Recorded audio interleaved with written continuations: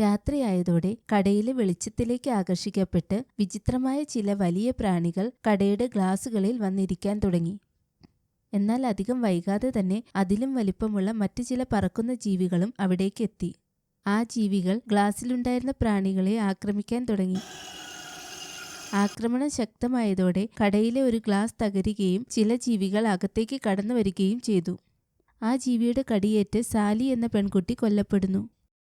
അതോടെ അവയിൽ നിന്ന് രക്ഷപ്പെടാനായി കടയിലെ ആളുകൾ ചിതറിയോടാൻ തുടങ്ങി. അതേസമയം ചിലർ ആ ജീവികളെ നേരിടാൻ മുന്നോട്ട് വന്നു.